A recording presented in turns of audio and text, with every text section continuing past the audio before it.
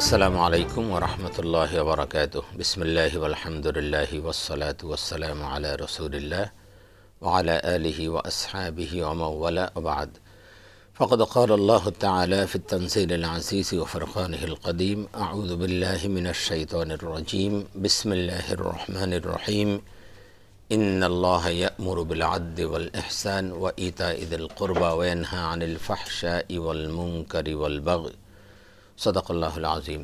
সুপ্রিয় দর্শক শ্রোতা, কাছে দূরে বিশ্বজুড়ে যে যেখান থেকে বাংলা ভিশন দেখছেন, আপনাদের সকলকে আন্তরিক প্রীতি, শুভেচ্ছা ও স্বাগত জানিয়ে শুরু করছি আপনাদের প্রিয় অনুষ্ঠান প্রাত্যহিক জীবনে ইসলাম জিজ্ঞাসা ও জবাব। আর বরাবরের মতো আপনাদের সাথে রয়েছে আমি নাজির মাহমুদ।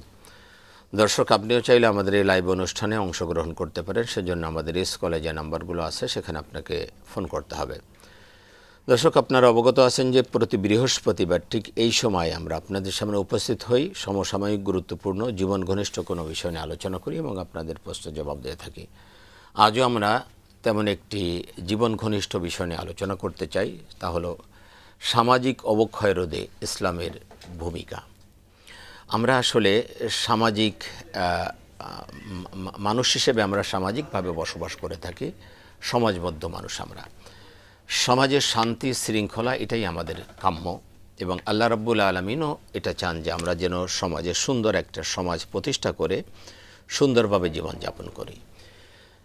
আর এজন্যই যুগে যুগে আল্লাহ রাব্বুল আলামিন নবী রাসূলদেরকে পৃথিবীতে প্রেরণ করেছেন যেন মানুষ সুন্দর একটা সমাজ বিনির্মাণ করে পৃথিবীতে বসবাস করতে পারে। নবী রাসূলগণ সেই দিক নির্দেশনা দিয়েছেন, সেই পথ বাতলিয়ে দিয়েছেন কিভাবে মানুষ সুন্দর জীবনযাপন করতে পারে, ব্যক্তিগতভাবে, পারিবারিকভাবে, সামাজিকভাবে একটা সুন্দর সমাজ যেন তারা গঠন করতে পারে, সুন্দর জীবনযাপন করতে পারে এবং সেই পথ আমাদের মাঝে রেখে গিয়েছেন। আমাদের যদি দেখি তারই ধারাবাহিকতায় সর্বশেষ ইসলাম হলো সেই দিক নির্দেশনা। ইসলাম আমাদেরকে বলে দিয়েছে কিভাবে সুন্দর একটা সমাজ প্রতিষ্ঠিত হতে পারে, একটা দেশ কিভাবে প্রতিষ্ঠিত হতে পারে, তার দিক নির্দেশনা ইসলাম আমাদেরকে দিয়েছে। আমরা আজকে সে বিষয়ে জানব। আর এই বিষয়ে আলোচনার জন্য দেশের বরেণ্য দুজন ইসলামী চিন্তাবিদ আমন্ত্রিত হয়ে আজ স্টুডিওতে উপস্থিত হয়েছেন। চলুন তাদের সাথে পরিচিত হই।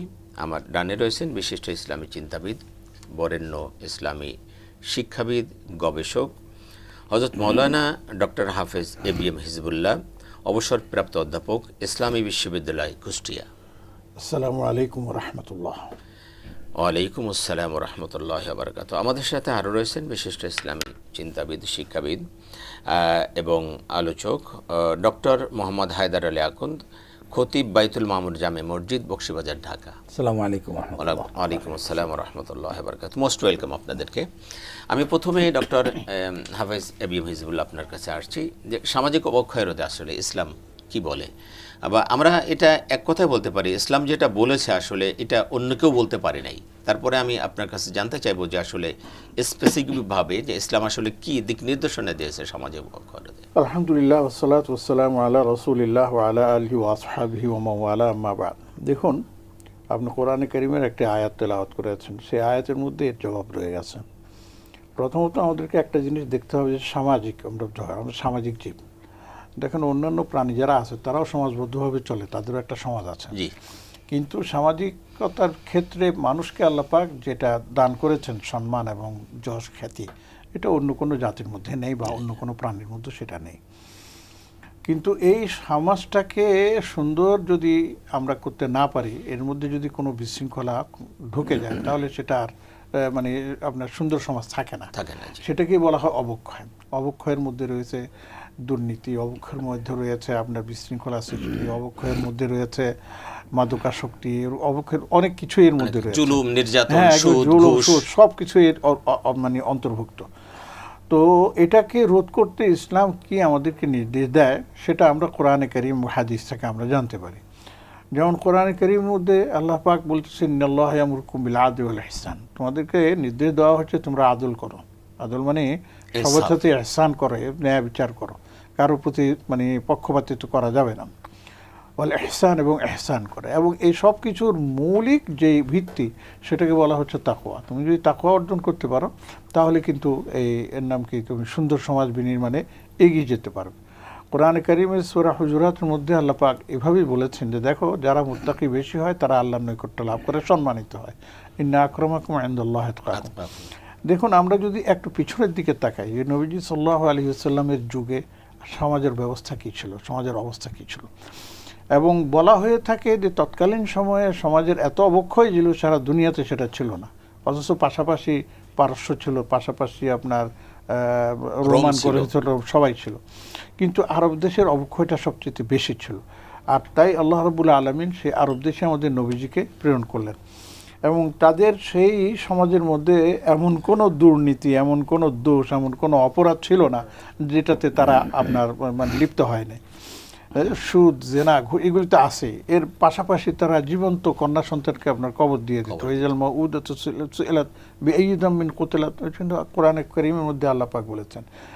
সেই অবক্ষয়ে জর্জরিত যে সমাজ, সেই সমাজকে আল্লাহ রাব্বুল আলামিন আমাদের প্রিয় নবী রাসূলুল্লাহ সাল্লাল্লাহু আলাইহি ওয়াসাল্লামের মাধ্যমে এমনভাবে মানে পরিশুদ্ধ করেছেন যে পরবর্তীতে সারা পৃথিবীর জন্য সেই সমাজটাই একটা আদর্শ সমাজ হিসাবে মডেল হয়ে গেছে।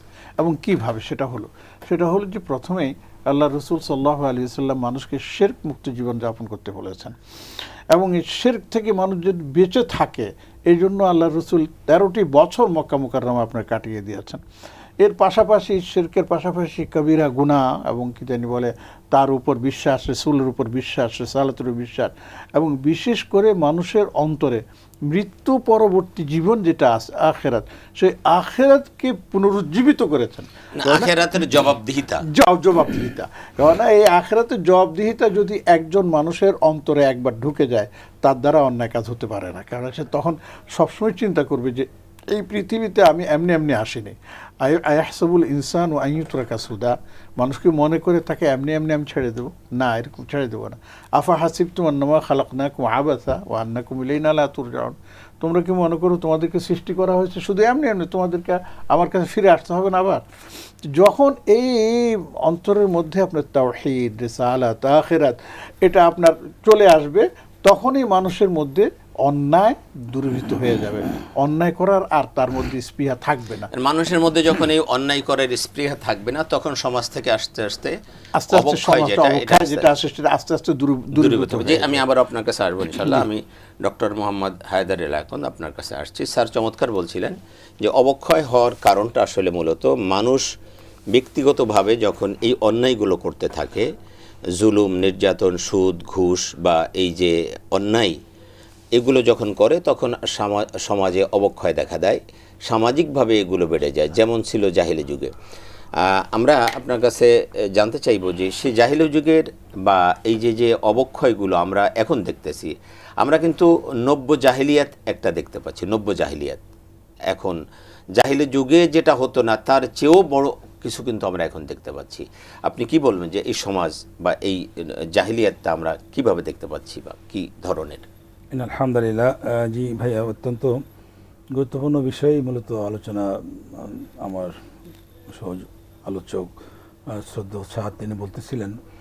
মূলত সমাজে যে অবক্ষয়গুলো চলমান, আমরা যেগুলোকে খুব সহজেই একেবারে অনুমান করতে পারি বা আমরা সমাজের প্রতিটি মানুষের কাছ থেকে এর একটা জবাব পেতে পারি, সেটি হচ্ছে যেমন জুলুম, অন্যায়, এরপরে অশ্লীলতা, এরপরে অর্থ আত্মসাৎ, অন্যায় ইত্যাদি ইত্যাদি, যেগুলোকে আমরা খুব ভয়। আপনি যদি দেখেন এই জাহিলি যুগে এই যে মালের মধ্যে ভেজাল দেওয়া, মালে কম দেওয়া, মালের মধ্যে ফরমালিন মিশানো, বিষ মিশানো, মানে এই কাজগুলো কিন্তু জাহিলি যুগে মানুষ করতো না। জি, তাই বলছি যে এই যে ভয়াবহ অবক্ষয়গুলো, প্রতিটি অবক্ষয় বন্ধ করার জন্য কোরআন হাদিসে আলাদা আলাদাভাবে গুরুত্বপূর্ণ নির্দেশনা রয়েছে। যেমন অশ্লীলতা আমাদের সমাজে অবক্ষয়ের মূল কারণ। অশ্লীলতাই একটি সমাজের যুব শ্রেণীকে উত্তেজিত করে এবং পাপাচারে লিপ্ত করে, এবং এই অশ্লীলতাই তাকে একসময় নেশার দিকে নিয়ে যায় এবং নেশার জন্য সে লুটপাট শুরু করে। এই যে এই অশ্লীলতাকে কিন্তু ইসলাম স্পষ্ট করে বন্ধ করে দিচ্ছেন পর্দাপোশিদের মাধ্যমে।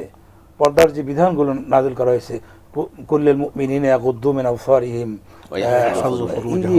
মোমেনদেরকে তাদের দৃষ্টিকে সংযত রাখার জন্য, নারীদেরকে তাদের দৃষ্টি সংযত রাখার জন্য, নারীরা যখন বাইরে বের হবে তারা যেন তাদের শরীরটাকে বড় চাদর দিয়ে আবৃত করে, এই যে বিষয়গুলো, অর্থাৎ অশ্লীলতার যে বিষয়গুলো সমাজে সবচেয়ে বেশি উকি দেয়, এটাকে ইসলাম বন্ধ করেছে। সাথে সাথে এই যে নেশা জাতীয় জিনিসগুলো যেটা মানুষকে সবচেয়ে বেশি পাপাচারে লিপ্ত করে, এটাকে হারাম করা হয়েছে। হরিমাতা আলাইকুমুল মাইতাতু ওয়াদ-দামা, এই যে আয়াতগুলো এখানে স্পষ্ট করে নিষিদ্ধ করা হয়েছে। মদ নিষিদ্ধ করা হয়েছে, মৃত জিনিস, জুয়া, যেগুলো সমাজে ভয়াবহ আপনার অবক্ষয় তৈরি করে। ঠিক তেমনিভাবে যদি আমরা বলি যে জুলুম, যেটাকে একে অপরকে নির্যাতন করা, অন্যায় আচরণ করা, এটাকে আল্লাহ তাআলা নিষিদ্ধ করেছেন।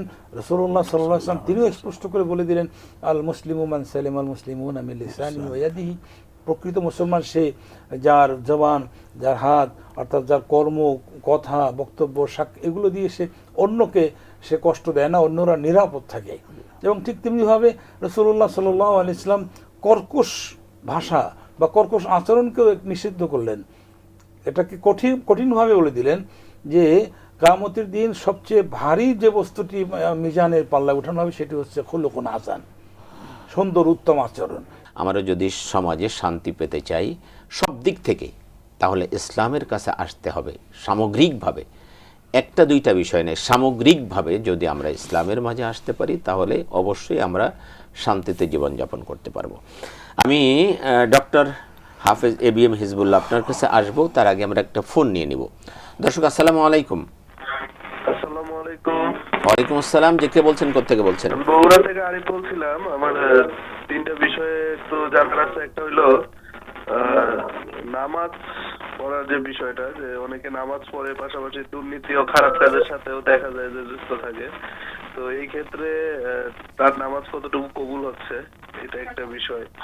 দ্বিতীয় বিষয়টা হচ্ছে দাড়ি রাখার যে সই নিয়মটা, কারো দেখা যায় কেউ স্টাইল করে ছোট দাড়ি রাখে, কেউ আবার অনেক বড় লম্বা রাখে, এটা নির্দিষ্ট ইসলামের সই নিয়মটা কি? তৃতীয় যে বিষয়টা, যে আসলে ভূমিকম্প, যে ঘন ঘন ভূমিকম্প দেখা যাচ্ছে, এটা কি আসলে মূল কারণটা কি সামাজিক অবক্ষয় কিনা?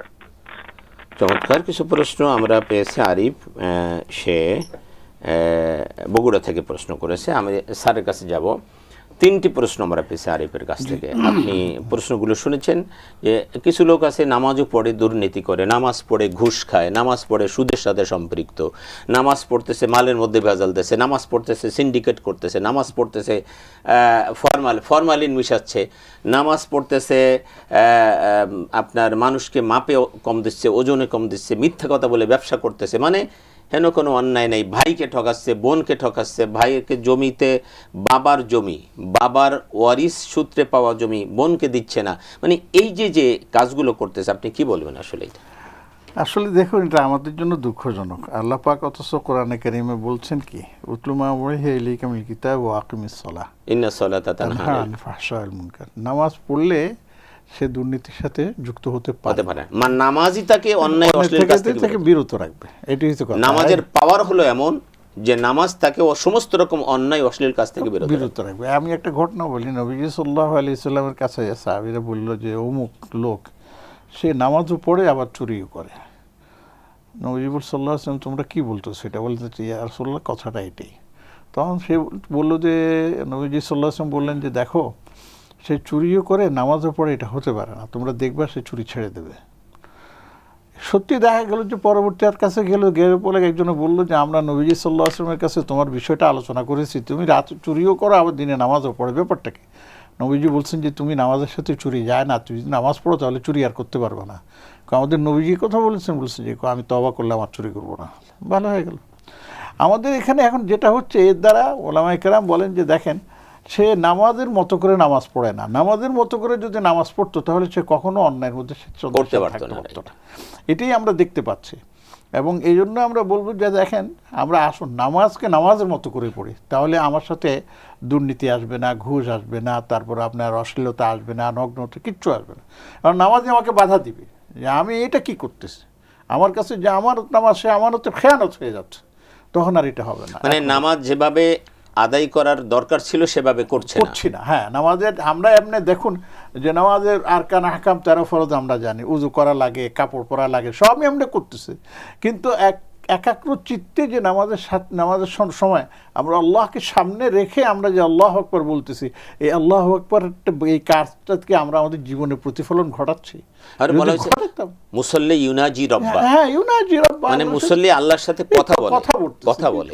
এই যে নামাজের মধ্যে আল্লাহর সাথে তার যে গোপন কথা হয়, এই যে আবেগটা, এইটাও তো হচ্ছে না, এটাই হচ্ছে না। এই জন্য বলছে যে দেখেন, কাজকে তোমরা নামাজ বানাও, নামাজকে কাজ বানাও না। আমরা তো কাজকে নামাজ বানায় ফেলছি, নামাজকে তো কাজ বানাইনি।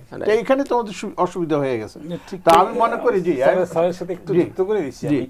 মূলত নামাজটি মকবুল হওয়ার জন্য যে আনুষঙ্গিক যে কাজগুলো দরকার ছিল সেটা আসলে হচ্ছে না।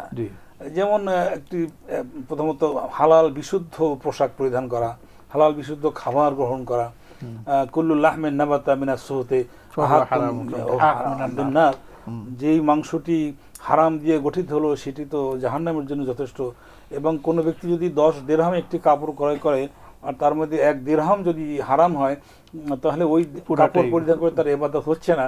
আমার মনে হয় এই সমস্ত কারণে নামাজটা আমাদেরকে মানে বিরত রাখতে পারে। চমৎকার আলোচনা হচ্ছে। আমি একটা ফোন নিয়ে ইনশাআল্লাহ আলোচনায় আসছি। জি দর্শক, আসসালামু আলাইকুম। হ্যালো, আসসালামু আলাইকুম। আসসালামু আলাইকুম। জি, কে বলছেন, কোথা থেকে বলছেন? জি জি, আমি লালমনিরহাট পাটগ্রাম থেকে বলছি। জি, আপনার প্রশ্ন। জাহিদ, লালমনিরহাট পাটগ্রাম থেকে বলছি। জি, আপনার প্রশ্ন। জি হুজুর, আমার আপনাদের কাছে একটা প্রশ্ন, যে হুজুর পাক সাল্লাল্লাহু আলাইহি ওয়াসাল্লাম আমাদের হযরত মুহাম্মদ সাল্লাল্লাহু আলাইহি ওয়াসাল্লামের জীবনের যে হাদিস কোরআনের আলোকে আমাদের মা বোনদের যে পর্দা নসিনের যে ব্যবস্থাটা, যেটা যে তরিকাটা ছিল, যে পর্দা নসিনের মাধ্যমে চলবে এবং কোনো পরপুরুষের সামনে কোনোভাবে বেপর্দায় চলাফেরা করবে না, আমরা কি আমাদের বর্তমান জামানা অনুযায়ী আমরা কি আমাদের সেই মা বোনদেরকে সেই তরিকায় আমরা মানে তাদেরকে চালাতে পারছি কিনা, নাকি আমরা গুনাহগার হব কোনো কারণে? আমরা সেটা একটু হুজুরদের কাছে জানতে চাচ্ছিলাম। জি জি, আপনি আমাদের সাথে থাকুন ভাই, আমরা ইনশাআল্লাহ জবাব দেব। জি, যে নামাজের ব্যাপারে যেটা বলছিলেন। জি না, তাহলে এখন সেটাই হলো আর কি, যে নামাজের জন্য আমাদের নামাজ আল্লাহর কাছে কবুল হওয়ার জন্য যে শর্ত আছে সেগুলো তো আমরা পালন করতেছি না। কাজে আমরা কি যেন অন্যায় দুর্নীতি থেকে বাঁচবো কিভাবে?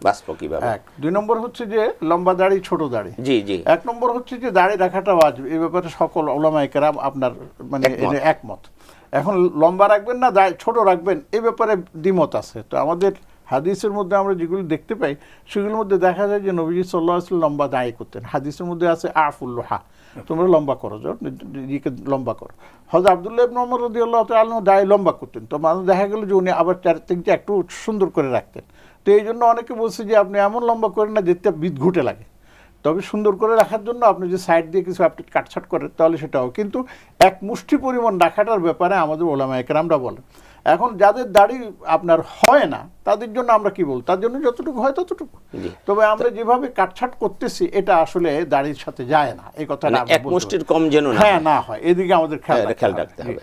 আর ভূমিকম্পের ব্যাপারে আমি আজকেও এক মুসলিম শরীফের হাদিস পড়তেছিলাম বা এতে পড়তেছিলাম। ভূমিকম্পের অনেকগুলো কারণের মধ্যে একটা কারণ হচ্ছে মানুষের গুনাহ।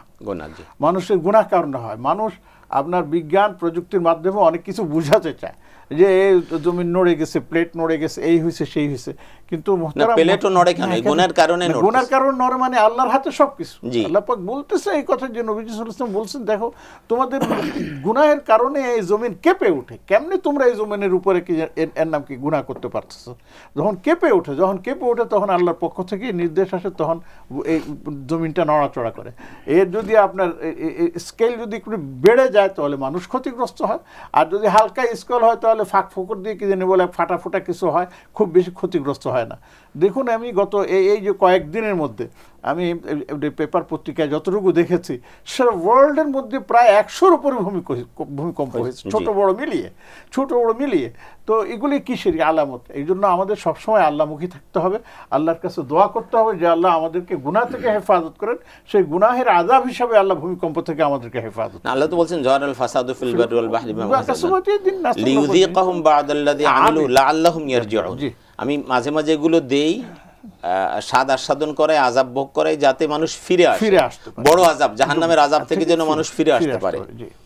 আমি ডক্টর হায়দার ইলাকুন আপনার কাছে আসছি। লালমনিরহাট পাটগ্রাম থেকে আমাদের এক ভাই ফোন করেছেন যে হুজুর সাল্লাল্লাহু আলাইহি সাল্লামের জমানায় যে পর্দার যে বিধান ছিল, আমাদের মহিলারা বা আমরা কি আমাদের মহিলাদেরকে সেরকম পর্দা করাতে পারছি কি না, নাকি আসলে আমরা কি করছি, এরা কি? জি ভাই, সমাজ একেবারে সংশ্লিষ্ট একটি গুরুত্বপূর্ণ প্রশ্নই করেছেন। স্পষ্ট জবাব তো আমরা বলতেই পারি যে না, আমরা সেটা করছি না, আমরা করতে পারছি না। আমরা যেভাবে এখন আমাদের সবাই পারছি না তা না, অনেকে পারছে, নারীদেরকে আমরা যেভাবে এখন চলাচ্ছি, নেত্রী পর্যায় থেকে শুরু করে একেবারে তৃণমূল পর্যন্ত, তাতে অধিকাংশ ক্ষেত্রেই আমরা মূলত শরীয়তের বিধান অনুযায়ী যে হিজাব যেভাবে করা দরকার ছিল, যে সমস্ত পুরুষদের সাথে আমাদের নারীদেরকে দেখা দেওয়ার বৈধতা ছিল না, এগুলো আমরা লঙ্ঘন করতেছি নিঃসন্দেহে, অজস্রভাবে। এবং একথা মনেই করতে হবে যে রসুল পাকের জামানায় শরীয়তের বিধানগুলো যেরকম ছিল এখন হুবহু সেরকমই পালনীয়, এর ভিতরে কোনো কমতি হয় না যে এই যুগের জন্য কিছু কম হবে, এমনটা না। অবশ্যই আমাদেরকে সেভাবে দেখতে হবে, মানে পর্দার বিধানটা। আমি একটু যোগ করি, সেটা হচ্ছে দেখুন, এই পর্দার বিষয়টা আসলে আমাদেরকে পারিবারিক দিক থেকে আসতে হবে। দুই নম্বর হচ্ছে রাষ্ট্রীয় পর্যায়েও আমাদেরকে এটা দেখতে হবে। দেখুন, আমরা এখন স্কুল, কলেজ, ইউনিভার্সিটিতে যে অবস্থা আমরা দেখতেছি, আমরা বলতে পারতেছি না যে আগামীতে আমাদের ভবিষ্যৎ, আমাদের মেয়েদের অবস্থাটা কি দাঁড়াবে। তবে দেখা গেছে যে আগে যে সংখ্যা আমাদের মেয়েরা পর্দা করত, এখন তার চাইতে অনেক বেশি আপনার মেয়েরা পর্দা করে। আবার ঠিক উল্টাটাও আছে, বরঞ্চ উল্টাটা আরো বেশি, বরঞ্চ আরো দুঃখজনক হলো যে ইনক্লুসিভ আপনার একটা নীতির নাম করে পর্দা থেকে মানুষকে মুক্ত করে বিভিন্ন ধরনের অপকর্মের দিকে নিয়ে যাচ্ছে। এলজিবিটি, তারপরে লেজিয়াস, আরো কত কিছু আছে, এগুলির দিকে আপনার নিয়ে যাচ্ছে। তো এই জন্য আমি এই ভাই যারা আমাদেরকে শুনছেন সবার কাছে বিনীতভাবে বলবো, আপনার মেয়েকে আপনি বাঁচান, আপনার স্ত্রীকে আপনি বাঁচান, আমাদের পুরো জাহান্নাম থেকে রক্ষা করুন। এবং এই জন্য আপনাকে দায়িত্ব পালন করতে হবে। আপনি হচ্ছেন আমানতদার, আপনি চেষ্টা করে যান, বাকিটা আল্লাহ পাক আপনার কাছে বললে। বিশেষ করে যারা মানে পরিবারের গার্জিয়ান, তাদের উপর দায়িত্ব রয়েছে। আল্লাহ বলেন কু আনফুসাকুম ওয়া আহলিকুম নার, তুমি নিজে জাহান্নাম থেকে বাঁচো, পরিবারকে বাঁচাও। তো আপনি চমৎকার একটা কথা বলছেন যে যেমনি ভাবে পর্দার হারও বাড়ছে, ঠিক তেমনি ভাবে নির্লজ্জতার হারও আরো বেশি বাড়ছে, বেহায়াপনাও বাড়ছে। এবং এই বেহায়াপনাকে প্রমোট করতেছে এক শ্রেণীর মানুষ। এটাকে সংস্কৃতি বলে এই নির্লজ্জতা, বেহায়াপনা গেলানো হচ্ছে আমাদেরকে, আমাদের পরবর্তী প্রজন্মকে এটাকে একটা আধুনিকতা বলে এটাকে গিলাচ্ছে, আমাদেরকে গিলাচ্ছে যে এটা গেল। গিলাচ্ছে না, বরঞ্চ আপনার সমাজের মধ্যে এটাকে প্রমোট করছে। হ্যাঁ, এই তো এটাকে এখন রাস্তায় ঘুরেন, আপনি বাজারে যান, দেখবেন যে আমাদের মেয়েরা যেভাবে চলতেছে, কিছু কিছু মেয়েদেরকে দেখলে আপনার শ্রদ্ধায় মাথা নত হয়ে আসে, আবার কিছু কিছু মেয়েদেরকে দেখলে লজ্জায় নিজেকে এটাও লজ্জায় মাথা নত হয়ে আসে। কি করা যাবে এখন? এইটাই আমি এটার জন্য মূল কথা বলি যে আমাদের সামাজিক ব্যবস্থা, আমাদের ধর্মীয় ব্যবস্থা, আমাদের পারিবারিক ব্যবস্থা এর জন্য অনেক কিছু দায়ী। আমরা যদি এগুলি করি, মাঝে মাঝে আমি ভাবি যে এই মেয়েগুলো কারা, এদের কি মা বাপ নাই, ওরা কি দেখে না তাদের এই অবস্থা হচ্ছে? আবার ভালো যারা আছে তাদেরকে আমরা দেখি না, মাশাআল্লাহ তারাও তো সেটা করতেছে। সুবিধা অসুবিধা হবে, এটাকে আপনার নিজের আয়ত্তে আনতে কিছুটা আমার কষ্ট বেগ পেতে হবে। আবার অনেক জায়গায় দেখা যায় বেগ পাওয়াই লাগে না।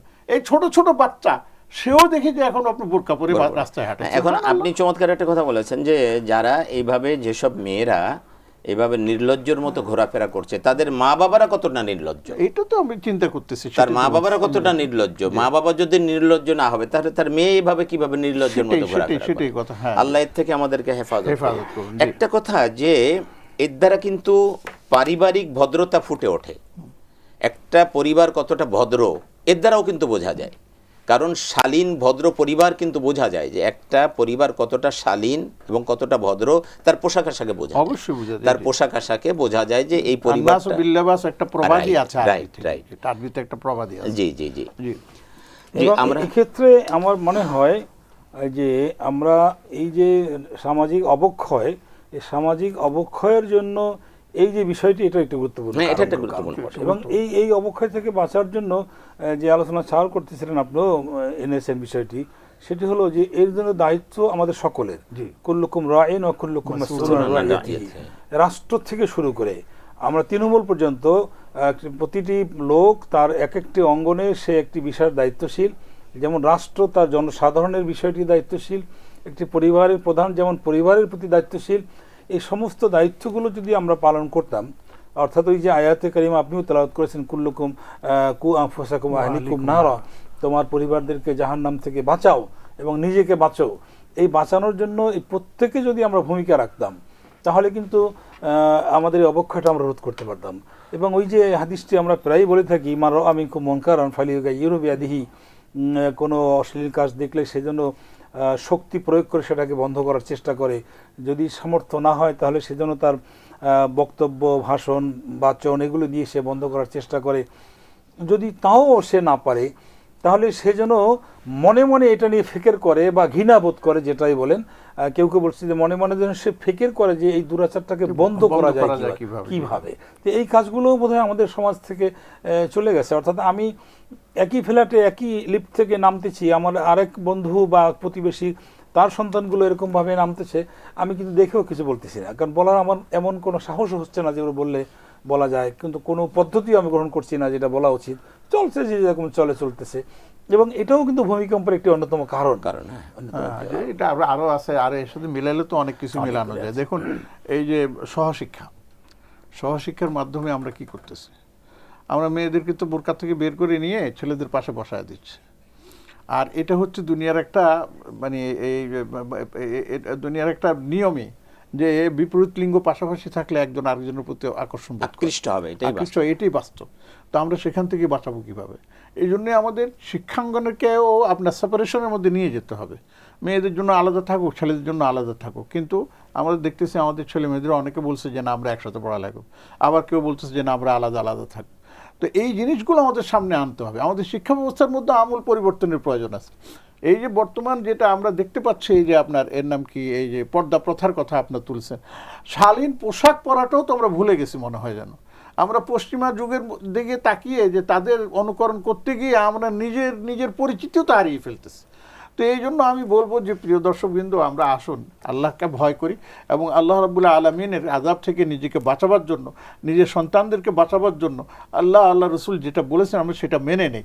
দুনিয়াতে একটু কষ্ট হবে, অনেকে অনেক কথা বলবে, বলুক, তাতে আমাদের কিচ্ছু যায় আসে না। আমরা আল্লাহর কাছ থেকে, আল্লাহর শাস্তি থেকে বেঁচে থাকতে চাই, এটাই হচ্ছে আমাদের সামাজিক অবক্ষয়। এটা তো সামাজিক, অবশ্যই সামাজিক অবক্ষয়ের মধ্যে পড়তেছি।